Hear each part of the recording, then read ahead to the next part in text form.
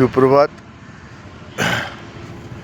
রোজকার মতন আজকেও প্রকৃতির কাছে এসেছি, প্রকৃতির কোলে, যেন আমি কিছু ইতিবাচক বিচারকে সংগ্রহ করতে পারি। তাই প্রকৃতির কাছে আসলাম এই জিজ্ঞাসা নিয়ে, হে প্রকৃতি, আমি কি করে সাফল্যকে গ্রহণ করতে পারি, আমার মার্গদর্শন করুন, যেন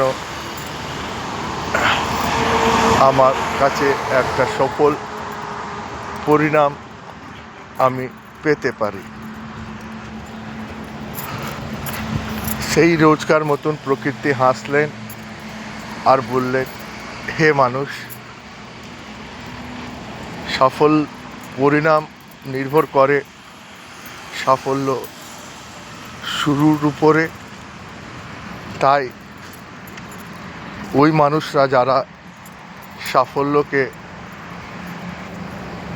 অর্জন করে, তারা কখনো ওনার ধ্যানটা শুরুর দিকে না রেখে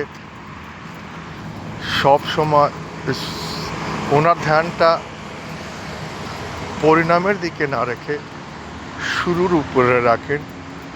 কেন, আপনি যখন কোনো জিনিসটাকে ভালোভাবে গুছিয়ে শুরু করতে পারেন, তখন আপনার সাফল্যটা অবশ্যম্ভাবী হয়ে যায়। যখন আপনার শুরুটা হয় যোজনাবদ্ধ রূপে, ইতিবাচকতাকে সঙ্গ নিয়ে, আত্মবিশ্বাস আর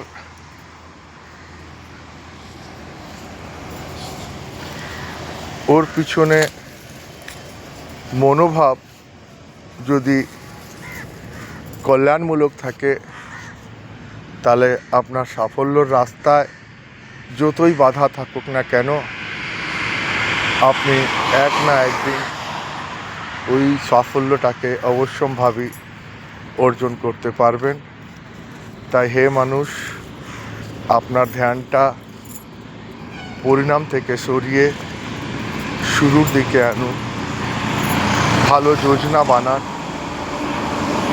ভালোভাবে শুরু করুন, আর আপনি দেখবেন সাফল্য একদিন আপনার বরণ করবে।